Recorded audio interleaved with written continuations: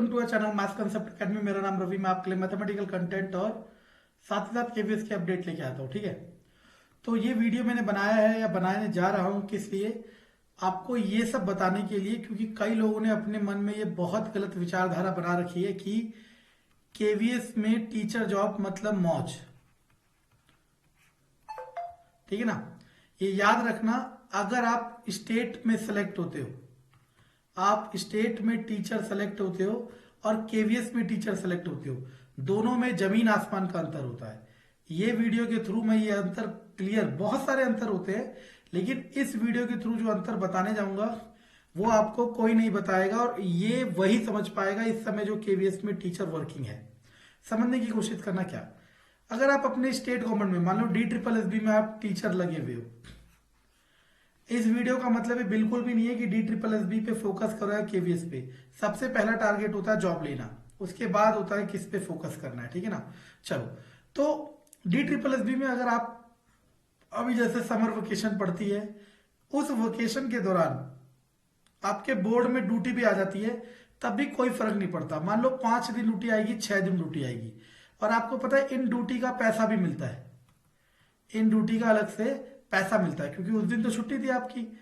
5 या 6 दिन आपको जाना पड़ेगा और जो 50 दिन की छुट्टी है उसमें से 5 या 6 दिन हटाओगे तो 44-45 दिन फिर भी बचेंगे। 44-45 दिन फिर भी बचेंगे। अब सुनना मैं क्या बताने जा रहा हूं। ठीक है, डीमोटिवेशन बिल्कुल नहीं है, समझने गए तो केवीएस का सर्कुलर था, उनकी वेकेशन ब्रेक वगैरह इस सब का।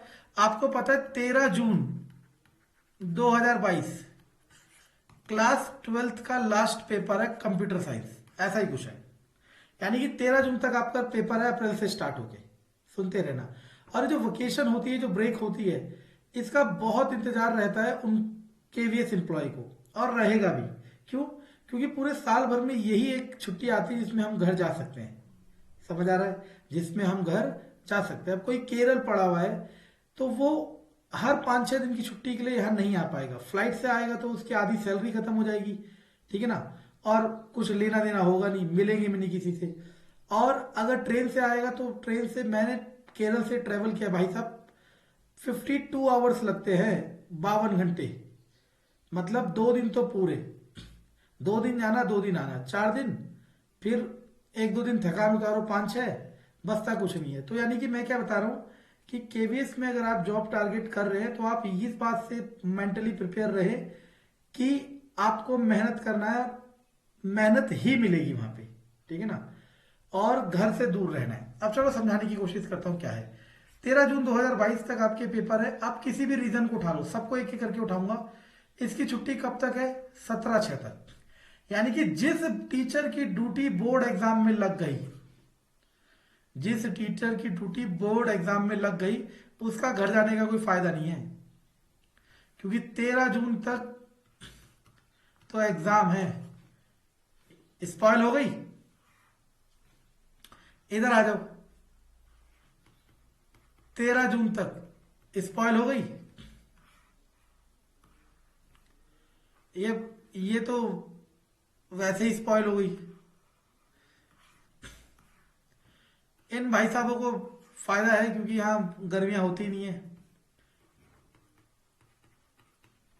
अब आप कहोगे सर 13 जून तक ड्यूटी है तो 1 जून तक छुट्टी मना लेंगे।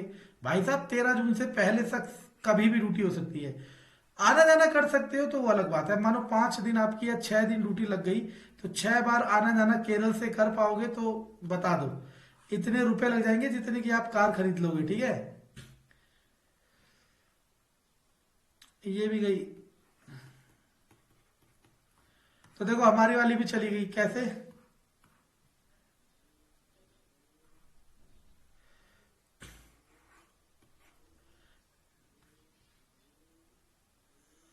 कहाँ गई?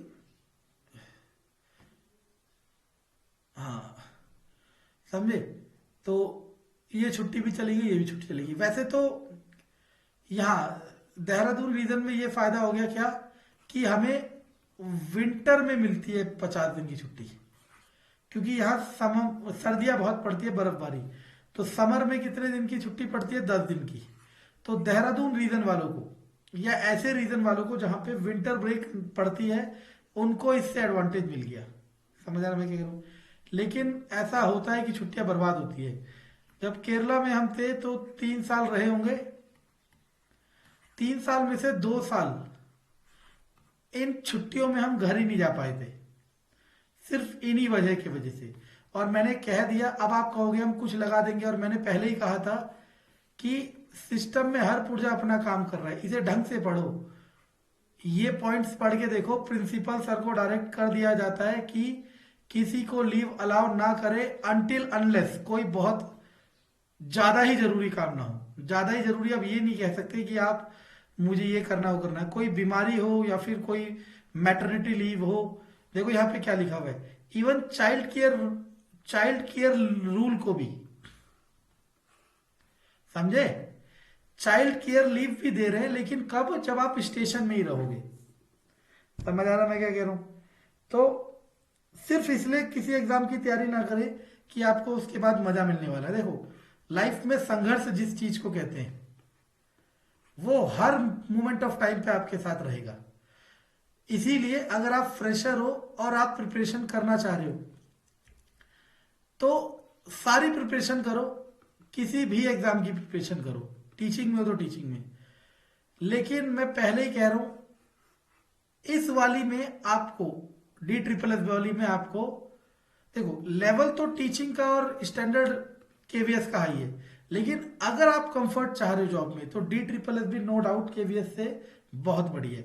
एडवांटेज केवीएस के भी अपने हैं, यहां आप कुएं का मेढक बन जाओगे और यहाँ पे समुद्र की मछली, आप सारा इंडिया घूम सकते हो। लेकिन वो डिपेंड करता है कि आप किस प्रवृत्ति के इंसान हो, ठीक है ना। लेकिन ये दर्द मैं दिखाना चाह रहा था कि आप ये ना सोचे कि 70 दिन आपको पूरी छुट्टी मिलेगी मिलेगी, ठीक है ना। और ये डिमोटिवेशन बिल्कुल नहीं है, ये बस सच्चाई है, और सच्चाई पता होना जरूरी है, ठीक है ना। और अगर वही आप स्टेट गवर्नमेंट के स्कूल में होते तो 50 दिन की छुट्टी में से अगर आपकी ड्यूटी लग भी जाती तो 4 या 5 दिन लगती, 46 दिन आप अपने घर में होते। अब आप कहोगे अभी भी तो सर ऐसा ही है, इसमें भी 4 या 5 दिन छुट्टी लगेगी, लेकिन इसमें 4 या 5 दिन छुट्टी ड्यूटी लगेगी, लेकिन 46 दिन आप अपने घर में नहीं होंगे, आप अपने स्टेशन में होंगे। और स्टेशन से घर जा पाना हर बार इतना पॉसिबल नहीं होता, सही है ना। तो अगर कंटेंट पसंद आए तो लाइक सब्सक्राइब शेयर जरूर करें। ऐसे ही केवीएस के अपडेट, केवीएस की जनरल, केवीएस की वर्किंग, केवीएस के बारे में मैं आपको बताता रहूंगा, ताकि जब आप केवीएस ज्वाइन करें तो आपको कुछ भी नया ना लगे और आपको ऐसा लगे अरे यार ये तो पहले से हमें सब पता था।